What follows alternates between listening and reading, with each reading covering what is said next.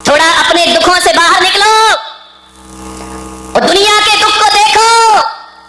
तुम्हारा मन कहेगा कि दुनिया में कितना गम है और मेरा गम कितना कम है। इबादत मंदिरों में जाके अपने दुखड़े रोते रहते हो, कभी दूसरों के दुख की प्रार्थना की? कभी कहा है भगवान मेरा पड़ोसी बहुत दुखी है उसे सुखी कर दे? कभी निकल बोला है? कभी हाँ पढ़ लेते हो शांति पाठ में, सर्वे भवन्तु सुखिना सर्वे। ये बकवास है, बोलते बस हो, मन में तो यही रखते कि सत्यानाश हो पड़ोसी का। ध्यान रख, मेरे से आगे बढ़ रहा है, बर्बाद हो जाए। हे भगवान मुझे दे या नहीं दे, पड़ोसी को मत देना। ध्यान रखना, ये स्थिति, ये सोच है हमारी। एक भगवान की पूजा कर रहा था, पूजा करते समय महादेव प्रसन्न हो गए। महादेव ने कहा कि मांग वरदान। तो बोले सही में दोगे? अरे बोले अपने जैसा बेईमान क्यों समझ रहा है, मांग मिलेगा। तो बोले दो भगवान। बोले क्या तेरे पास क्या नहीं है? बोले सब है, लेकिन दुख इस बात का है कि जो मेरे पास है वही पड़ोसी के पास है। तो भगवान ने कहा तू पड़ोसी का टेंशन मत कर, तू मांग क्या मांग रहा है? बोले भगवान मैं तो इतना ही मांग रहा हूं कि जो पड़ोसी के पास हो वो मेरे पास डबल होना चाहिए, बस इतना ही सुख चाहिए मुझे। एक बात बताऊं, आदमी अपने दुख से दुखी नहीं है, आदमी पड़ोसियों के सुख से ज्यादा दुखी है। उसके घर में शांति कैसे? और महिलाओं के तो, यहाँ की महिलाओं की बात नहीं कर रहा हूं। कौन बोला औरंगाबाद वाली आज आई हैं? ध्यान रखना, विचार करिए।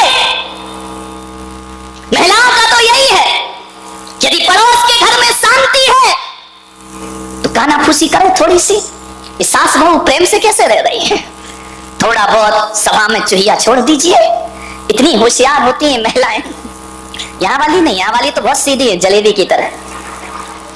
इतनी होशियार कि पड़ोस के घर में जाएंगी, बहू बैठी है, अब मालूम है क्या करेगी? पड़ोस के घर जाके उठ के आ रही कि अब मैं चलती हूँ, और आते आते बहू के कान में कुछ कह दिया, बस इतना ही कहा कि अब मैं जा रही हूँ।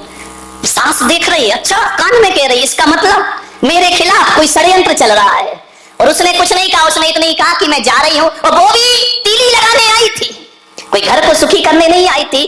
कान में कह के चली गई। अम्मा ने देखा, क्यों क्या बोल रही थी वो? अम्मा जी कुछ नहीं, बस इतना बोल रही थी मैं। अब इस पे कोई अम्मा विश्वास करेगी कि मैं जा रही हूँ? इस पे कोई विश्वास करेगी क्या? अरे जा रही हूँ तो जोर से बोल देती, तू ही छुपा रही है। आज श्री महाभारत प्रस्तुत करता। ऐसे घरों में आग मत लगाइए मेरे भाई। क्यों किसी के घर उजाड़ते हो? घर बसाना सीखो मेरे भाई, उजाड़ो मत। एक जगह शादी हुई, एक अम्मा ने पूछा क्यों तू 10 दिन से मंदिर में नहीं दिखी? बोले क्या करूं बहन, लड़के की शादी थी इसलिए मैं नहीं आ पाई। हो गई तेरी शादी? बोले हो गई। बोले कहाँ की बहू है? बोले औरंगाबाद की। बोले औरंगाबाद की? बोले हाँ। बोले कितना मिला है? अब तुझे क्या लेना देना कितना मिला है, वो जाने उसकी बहू जाने, तेरी छाती काहे को चल रही है? क्या मिला दहेज में? अरे भाई दहेज में छोड़ो, हमने तो महाराज के प्रवचन सुन लिए थे कि दहेज लेना पाप है। एक साड़ी में लड़की लाए हैं, हमने कोई दहेज नहीं लिया है। अरे अम्मा ने माथा फोड़ा मंदिर में। बोली धैर्य तेरे की, तू भी महाराजों की बातों में लग गई। उनके तो ना आगे कोई ना पीछे कोई, तेरी तो गृहस्थी लगी है। 1 घंटे के प्रवचन में हीरा सा बेटा फ्री में बेच दिया। तेरे की सत्यानाश, हीरा सा बेटा। अब जब इतना हीरा सा था तो तूने अपनी लड़की क्यों नहीं दी? ऐसे घरों में आग लगाई जाती है, ध्यान रखना। हीरा सा बेटा कौड़ियों के भाव में बेच दिया, मैं होती लाखों रुपए लेती दे। अब बता, उस बुढ़िया के दिमाग में कचरा डाल दिया इसने। वो इतनी खुश थी बेचारी, और ऐसे मीठे शब्द बोल बोल के कचरा डाल दिया कि हीरा सा बेटा। जब हीरा सा था तो तुझे पहले क्या कीड़ा सा दिख रहा था वो? ध्यान रखिए, मत उजाड़ो किसी के घर। ध्यान रखिए, घरों को बसाइए, किसी के घरों को बर्बाद मत करिए। आओ, ये इंसान एक मंदिर के समान हुआ करता है, और ये धरती उस तीर्थ स्थान के समान हुआ करती है जहां हम लोग रहा करते हैं। मान्यवर, एक तीर्थ जैसा वातावरण बनाइए, जीवन स्वर्ग हो जाएगा आपका। किसी के घरों को बर्बाद मत करो। तुम्हें क्या लेना देना दहेज मिले नहीं मिले? आजकल मंदिरों में ये पद्म पुराण नहीं पढ़ती, बुढ़िया पुराण ज्यादा पढ़ती है। पुराण तो खुला ही रहता है, रामायण दूसरी चलती रहती है। पता चला इतनी देर मंदिर में क्या बोले स्वाध्याय कर रही थी। अब तुम्हारे स्वाध्याय में बकवास के सिवा होता क्या है? बोलो निंदा पुराण है और कुछ नहीं है। 2 लाइन पढ़ते हो, घंटा भर बुराइयां करते हो। इसकी बुराई उसकी बुराई, और कोई नहीं मिला तो बुलक सागर आए, इनकी बुराई कर लो थोड़ी सी, ध्यान रखिए। मुझे समझ ही नहीं आता, ये धर्म ध्यान है, ये स्वाध्याय है। चार बैठ करके रामायण शुरू कर देते हैं अपनी, वो ऐसे वो वैसे वो ऐसा। अरे मैंने एक महिला बड़ी बुराई कर रही थी मंदिर में बड़ी जोर जोर से, ये महाराज वैसे वो महाराज वैसे, उसकी बहू ऐसी उसका बेटा ऐसा। अरे तो मैंने कहा इधर आ, ये कर क्या रही है? बोले क्या कर रहे हैं? धर्म ध्यान कर रहे हैं। मैंने कहा ये धर्म ध्यान हो रहा है, इसलिए एक दूसरे की बुराइयां कर रही हो, एक दूसरे महाराजों की बुराइयां निंदा कर, ये धर्म ध्यान है तुम्हारा। बोली महाराज जो आपने सिखाया वही तो कर रहे हैं। मैंने कहा मैंने क्या सिखाया? बोले आपने तो कहा था कि रोज आलोचना पाठ पढ़ा करो। मैंने कहा कमाल है, धन्य है भाई, ये आलोचना पाठ चल रहा मंदिर में। मैंने कहा था अपनी आलोचना करना, तू मेरी आलोचना करने लगी। जय हो, विचार कर, ये बुढ़िया पुराण, इससे कोई कल्याण होने वाला नहीं है। ये ग्रंथ आचार्यों ने लिखे थे अपने कल्याण के लिए, तुम लग गई जगत के कल्याण के लिए। वाह रे आदमी, पंडित खाए काकड़ी, गुरु दूसरों को दे आकड़ी। मेरे भाई ये स्थिति बन गई हमारे स्वाध्यायों की, हमारे मंदिरों की। मैंने एक महिला से पूछा कि मंदिरों में इतनी बुराइयां क्यों करती हो? बोले इससे अच्छा स्थान मिलेगा कौन सा है? लोग धार्मिक भी समझते हैं और अपना काम भी हो जाता है। याद रखिए मान्यवर, मंदिरों को अपवित्र मत करिए, विचार करना है। ये स्वाध्याय के नाम पे, ये पूजा पाठ के नाम पे, ये परंपराओं के नाम पे समाज में जो जहर घोला जाता है, ध्यान रखना, सोचना है आपको, विचार करना है। ये मोक्ष के रास्ते सदा सदा को बंद हो जाया करते हैं। अरे मोक्ष के रास्ते वो नहीं होते हैं जो समाज को दो भागों में बांट दे। मोक्ष के रास्ते तो वो होते हैं जो शेर और गाय को एक घाट पानी पिला दे, वो मुक्ति का रास्ता हुआ करता है। सांप और नेवला को एक साथ बिठा देता है, वो मुक्ति का रास्ता हुआ करता है। ध्यान रखिए, कुछ नहीं है, सब बकवास। जिसे धर्म समझ रहे, धर्म धर्म सब कोई कहे, धर्म न जाने कोई। ध्यान रखिए, एक बार क्या हुआ, महादेव शिव पार्वती के साथ, अभी कहानी सच्ची है झूठी, इस लफड़े में मत पड़ना, तो ना किसी पुराण में ढूंढना। हर कहानी पुराणों में नहीं होती, कुछ प्राणों में भी हुआ करती है। ध्यान रखिए, और पुराणों की कहानी नहीं, मैं तो प्राणों की कहानी ज्यादा बताता हूं। ध्यान रखना, पुराणों की कहानी तो इधर से सुनते हो, इधर से निकाल देते हो, लेकिन जब मैं प्राण की कहानी बोलता हूं तो तुम्हारे प्राण तक पहुंच जाया करती है। ध्यान रखिए, ये कहानी प्राणों की है। महादेव चले जा रहे हैं, पार्वती साथ है, और जब जैसे ही निकले काशी बनारस के ऊपर से, तो कोई कह रहा हर हर महादेव, कोई कह रहा जय शिव शंकर, हे महादेव। कोई हाथ ऊपर किए ध्यान कर रहा है, कोई एक पैर से खड़ा होकर के ध्यान कर रहा है, कोई गंगा में जल समाधि लिए शिव का ध्यान कर रहा है, कोई शिव नाम की माला फेर रहा है, कोई ओम नमः शिवाय में लगा हुआ है। पार्वती ने पूछा महादेव से कि स्वामी, इतने लोग हिंदुस्तान के आपकी आराधना कर रहे हैं, क्या आप सबको बैकुंठ पहुंचा देंगे? इतने लोगों का कल्याण करेंगे? महादेव ने कहा कौन कर रहा है मेरा ध्यान? बोले ये देखो जमघट लगा हुआ है, ये कुंभ का मेला लगा हुआ है, ये सब आपका ही तो ध्यान कर रहे। महादेव आपसे निवेदन है, इन भक्तों का कल्याण करो, इन भक्तों का उद्धार करो। महादेव ने कहा कि पार्वती तुम समझ नहीं पा रही हो, ये भीड़ है, एक भी भक्त नहीं है मेरा। अरे बोले नमः शिवाय चिल्ला रहे हैं, अरे बोले सब ऐसा ही है, इन पर ध्यान मत दो। अरे बोले महादेव आप इतने कठोर क्यों बन रहे हैं? आप तो भोलेनाथ है, आपका नाम ले रहा, उसका बेड़ा पार करो, उसका उद्धार करो। महादेव ने कहा तुम नहीं समझोगी। पार्वती ने कहा देखो मेरा हृदय करुणा से भर रहा है, इन जीवों को बैकुंठ पहुंचाओ महादेव, इनका कल्याण। महादेव ने कहा तू ठहर, ये नारी की जिद से तो देवता भी परेशान करें क्या? यदि जिद पे आ गई तो हो गया काम। नारी हट बहुत ही बुरी हट होती है, ध्यान रखना। अभी नारी की तो हट्टी की सोने का मृग ले आओ, अब राम जी को भी लेके जाना पड़ा, जानते तो वो भी थे कि सोने का होता ही नहीं है। ध्यान रखिए, विचार करिए। महादेव ने कहा मैं तेरी जिज्ञासा शांत करूंगा, नहीं तो तू कैलाश में मुझे चैन से नहीं बैठने देगी। ध्यान रखना। बोले खैर मैं करता हूं व्यवस्था, ये जो तू कह रही है कि इनका बेड़ा पार, देख मेरा सच्चा भक्त कौन है। बोले ये सारे भक्त है, कोई जल चढ़ा रहा, कोई अर्घ चढ़ा रहा है, कोई आपके नाम की धुनी रमा रहा है। बोले सब ढोंगी, कुछ नहीं है इनमें। बोले बरसों से हाथ ऊपर किया है, सब बेकार। बोले नहीं महादेव, एकदम से इनकी तपस्या को मत ठुकराओ। महादेव ने कहा ठहरो, तू यहीं खड़ी रह, मैं बताता हूं कौन कौन बैकुंठ जाएगा।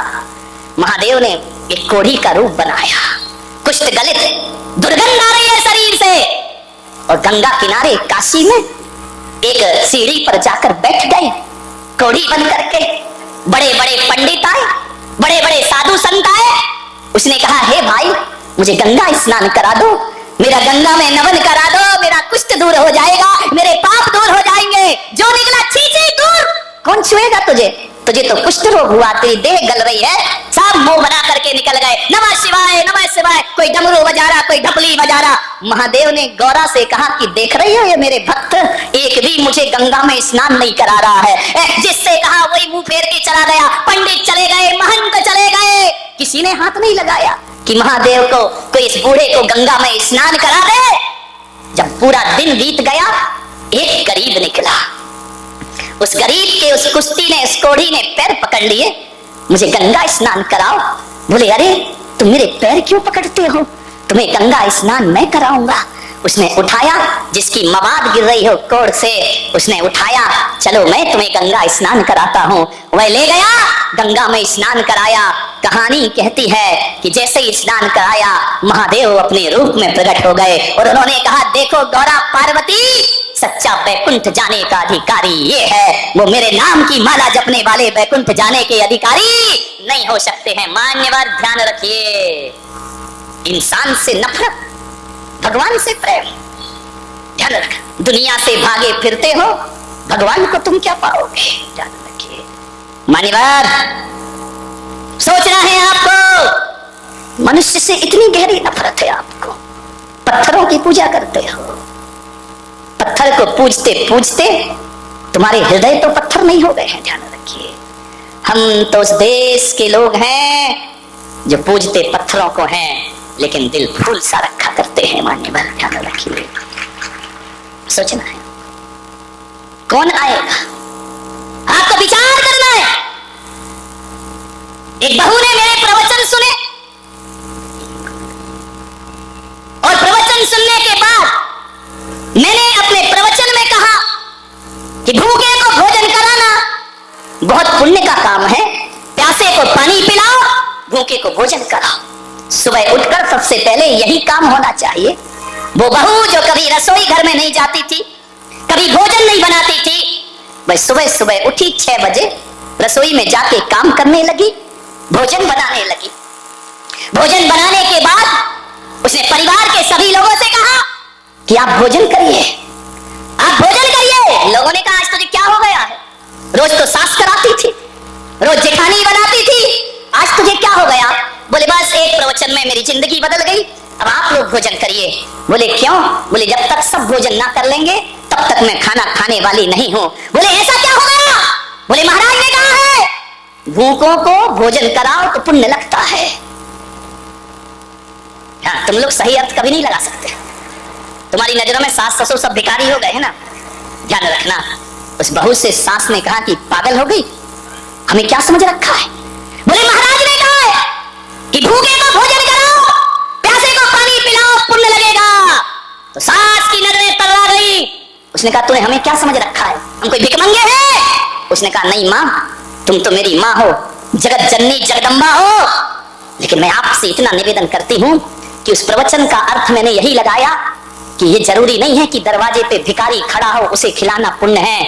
मेरी माँ, तुम रात में अन्न जल का त्याग करके सोती हो, आप भी रात भर से भूखी हो, भिखारी को भोजन बाद में मिलेगा, पहले मेरी घर की देवी को भोजन प्राप्त होगा, पहले घर की देवी को मैं भोजन दूंगी, तब मुझे हकीकत में पुण्य का लाभ। ध्यान रखिए, पड़ोसियों को देने से पुण्य लगता है क्या, अकेले भिखारी को देने से। घर में लोग भी तो भूखे होते हैं ना। मेरे भाई, आप विचार करना है, पुण्य कमाने के कई तरीके हुआ करते हैं। उस दिन से उस बहू ने संकल्प कर लिया कि नहीं, अब सबसे मैं लास्ट में भोजन करूंगी। तो बोले, तू आखिरी में भोजन क्यों करती है। बोले, जैसे देवता को चढ़ाने के बाद प्रसाद लिया जाता है, पूरा परिवार भोजन करे, मैं परिवार की पुजारिन हूँ, सबसे आखिरी में प्रसाद ग्रहण करती हूँ। यही मेरे जीवन का एक आदर्श हुआ करता है। घरों को आदर्श बनाओ, घरों को उजाड़ो मत, घरों को बर्बाद मत करो, जिंदगी को स्वर्ग बनाने का प्रयास करें। एक लड़का था गरीब, बहुत गरीब, उसकी एक विधवा माँ थी, बड़ी दुखी थी। उसने कहा, मैंने तो अपना विधवापना गुजार दिया, मेरे ना पति है, एक इकलौता लड़का है। उसने कहा, मैं करूं क्या, मेरे बाद इस लड़के का क्या होगा। ना मैं इसे पढ़ा पाई, ना मैं इसे लिखा पाई। मेरे पास इतना पैसा ही नहीं था। एक झोपड़ी में रहती थी गांव के बाहर। उस बुढ़िया को पता चला कि जंगल में कोई पहुंचे हुए संत पधारे हैं। उसने बच्चे से कहा कि बेटा एक काम कर, बहुत पहुंचे हुए संत जंगल में आए हैं, जा उनसे कुछ पूछा। उसने कहा मां, संत क्या करेंगे? हमारे बुरे दिन हैं, संत क्या कर सकते हैं? बोले बेटा संत कुछ ना करे, वो हमें कुछ नहीं देंगे, लेकिन मेरी आत्मा बोल रही है कि संत के पास जरूर जाओ। वो तुम्हें कुछ दे या ना दे, लेकिन तुमसे कुछ लेने वाले भी नहीं है। जाओ संत के पास, जाने में फायदा हो या ना हो, लेकिन एक बात मान लेना बारामती वालों, संतों के पास जाने से नुकसान कुछ नहीं हुआ करता है। फायदा हो या ना हो, ध्यान रखिए, कोई नुकसान नहीं होगा। जाओ बेटा, कुछ मत मांगना, बस मेरा एक प्रश्न पूछ लेना। बच्चे ने कहा मां क्यों परेशान होती है, मैं खुश हूं ना गरीबी में। बोले बस बेटा जाकर इतना पूछ ले, मेरा कहना मान ले, बहुत बड़े संत है, जाकर इतना पूछना। देख मैं तुझे पढ़ा नहीं पाई, लिखा नहीं पाई, लेकिन तुझे संस्कार जरूर दे रही हूं।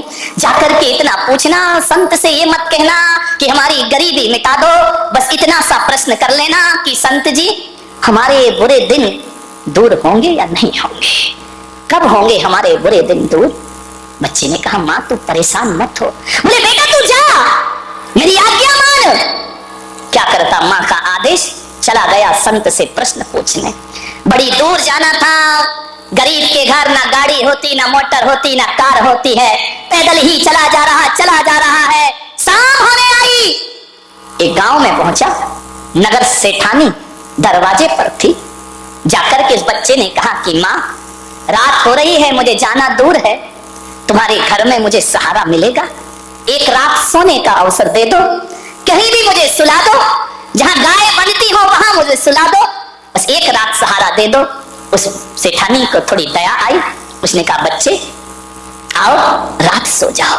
वो पुराना जमाना था, आज तो रिश्तेदार को भी सुलाना खतरे से खाली नहीं है मेरे भाई, ना जाने क्या उठा के ले जाए। उसने कहा बेटा आराम से सो जाओ, कोई दिक्कत नहीं है, विश्राम करो, कुछ खाओगे? उसने कहा नहीं माँ, बस तूने मुझे चार दीवार एक छत दे दी, बड़ा उपकार मानूंगा तुम्हारा।